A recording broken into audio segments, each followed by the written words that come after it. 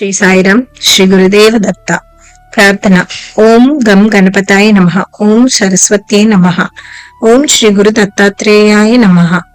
ఈ రోజు మనం నవనాథ్ భక్తిసార్లోని 14వ అధ్యాయం గురించి తెలుసుకుందాం. గోపీచంద్, లూమావంతి మరియు జలంధర్. ఈ అధ్యాయాన్ని పఠించటం వల్ల జైలు నుండి విముక్తి లభిస్తుంది మరియు ఆ వ్యక్తికి సమాజంలో ఎటువంటి అపహాస్యం లేకుండా జీవించగలుగుతారు. గోపీచంద్ గురించి మైనావతి ఆందోళన చెందుతుంది. అతని అభ్యున్నతిని ఆమె కోరుకుంది. తన కొడుకు విలాసవంతమైన జీవితం నశించేపోయేదని గుర్తించకపోవటం పట్ల ఆమె బాధపడుతుంది. ఒకరోజు రాణి దాసులు రాజుకి పాలు, తేనె, సుగంధ తైలాలతో స్నానం చేయిస్తున్నారు.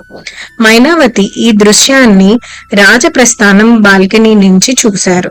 గోపీచంద్ యొక్క అహంకార విలాస జీవితాన్ని చూసి ఆమె హృదయం ముక్కలైంది. ఆమె కళ్ళ నుండి 2 కన్నీటి బిందువులు జారి గోపీచంద్ శరీరంపై పడ్డాయి.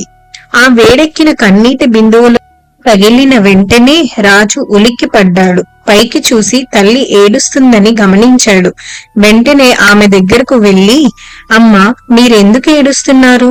మీ మనసును ఇంతగా ఏమి బాధ పెట్టింది? మైనావతి ఇలా అన్నది, బాబు, నేను నీకోసమే ఏడుస్తున్నాను. నీ తండ్రి కూడా నీలాగా అందగాడే, కాని కాలం ఆయనను తీసుకువెళ్లిపోయింది. నువ్వు ఈ విలాసాల మధ్య జీవిస్తున్నావు, కాని ఇవన్నీ ఇక్కడే మిగిలిపోతాయి. నీ జీవితాన్ని అర్థవంతంగా మార్చి దేవుని ఆరాధనలో నిమగ్నమవ్వు. గోపీచంద్ ఇలా అన్నాడు, అమ్మా, నాకు నిజమైన ఆత్మజ్ఞానం ఇచ్చే గురువును నేను ఎక్కడ వెతకాలి? తల్లి, జలంధర్ అనే ఒక యోగి ఉన్నారు. ఆయన నాథ్ సంప్రదాయంకి చెందినవారు. అతను పట్టణం బయట ఉంటున్నాడు. అతనికి వెళ్లి శరణు చెయ్యి. ఈ సర్వం నసర్వమని తెలుసుకొని ఆత్మోన్నతికి ప్రయత్నించు. గోపీచంద్ ఇలా అన్నాడు, నేను 12 సంవత్సరాల తర్వాత దీక్ష తీసుకుంటాను. దీనికి మైనావతి, కాలం ఎవరినీ ఎదురు చూడదు బాబు, కాబట్టి ఆలస్యం చెయ్యకు. ఈ సంభాషణను రాజు ప్రధాన భార్య అయిన లూమావంతి విని గోపీచంద్ తన తల్లికి చెప్పిన మాటలను గమనిస్తుంది. లూమావంతికి ఇది తెలిసినప్పటి నుండి ఆమె దిగ్భ్రాంతికి గురైంది. రాణి తన భర్తను కూడా తనలాగే యోగిగా మార్చాలనే ఆలోచనలో ఉందని భావించి ఆమె మనసు కలత చెందింది. వెంటనే ఆమె తన స్నేహితులను పిలిచి విషయం వివరించింది. రాజును ఆ నిర్ణయం నుండి ఎలా అడ్డుకోవాలో ఆలోచించాలి అని చెప్పింది.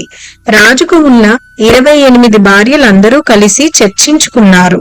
కాని ఎవరికి సరైన మార్గం తోచలేదు. చివరికి లూమావంతికి ఒక ఆలోచన వచ్చింది. ఆమె దానిని అమలు చేయాలని నిర్ణయించుకుంది. ఆ రాత్రి భోజనం అనంతరం రాజు లూమావంతి మందిరానికి వెళ్లాడు. ఆమె ఎంతో గౌరవంగా ఆయనకు సేవలు చేసింది. ఆయన్ను ఆనందపరిచింది. రాజు సంతోషంగా ఉన్న సమయం చూసి చాకచక్యంగా ఆమె ఒక మాటల్లో హామీ తీసుకుంది. ఏం చెప్పినా కోపం పడకూడదు అని. ఆ తరువాత మెల్లగా ఇలా అడిగింది, అత్తగారు మిమ్మల్ని యోగ దీక్ష కోసం జలంధర్ మహర్షి దగ్గరకు తీసుకువెళ్తున్నారని విన్నాను, నిజమేనా? రాజు, అవును, నా మనసులో కూడా అదే ఆలోచన ఉంది. దానికి లూమావంతి ఆవేశంగా ఇలా అంది, మీకు తెలియకపోవచ్చు మహారాజా, కాని అత్తగారికి వేరే ఉద్దేశం ఉంది.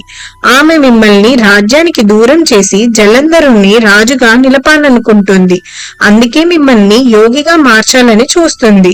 మీరు వెళ్లిపోతే వారు ఎలా సుఖంగా ఉంటారో, కాని మన జీవితాలు మాత్రం నరకమవుతాయి.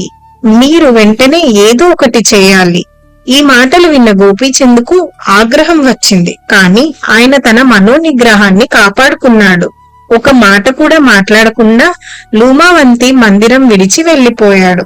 తర్వాత తనకు అత్యంత నమ్మకమైన మంత్రులను గోప్యంగా పిలిపించి తన యోచనను తెలిపాడు.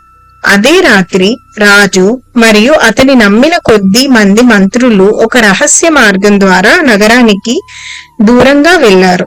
వారిలో కొంతమందికే రాజు ఎక్కడున్నాడో తెలుసు. వారు జలంధర్ యోగిని కనుకొని పట్టణం బయట ఉన్న ఓ విసర్జన బావిలో ఆయనను పడేశారు. ఆ బావి పక్కనే గుర్రాలు పేడ, చెత్త, పశువుల మలమూత్రాలతో కూడిన పెద్ద కుంప ఉంది.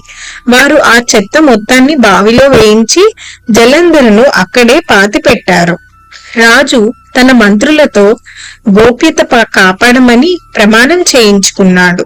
ఆ తర్వాత అర్ధరాత్రి రాజభవనానికి తిరిగి వెళ్ళాడు. తరువాతి రోజు ప్రజలు ఆ బావి పక్కగా వెళుతూ ఆశ్చర్యంతో మాట్లాడుకుంటున్నారు. ఈ పాడైన బావిని చెత్తతో ఎవరు నింపారో? ఏదేమైనా మంచిదే, ఇక ఎవరైనా దానిలో పడిపోతారనే భయం లేదు.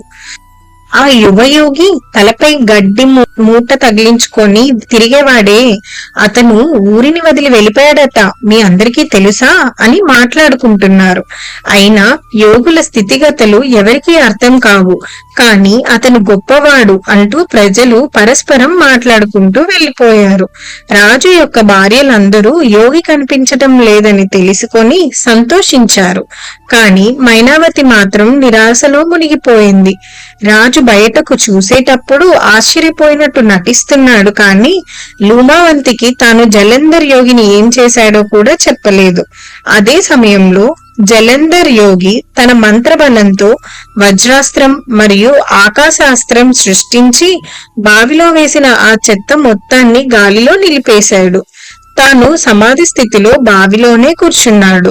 అతను రాజుకు వ్యతిరేకంగా ఏమీ చేయలేదు. అతను కేవలం ధ్యానంలో లీనమైపోయాడు. జై గురుదేవ దత్త. ఈ అధ్యాయం ఇంతటితో సమాప్తం.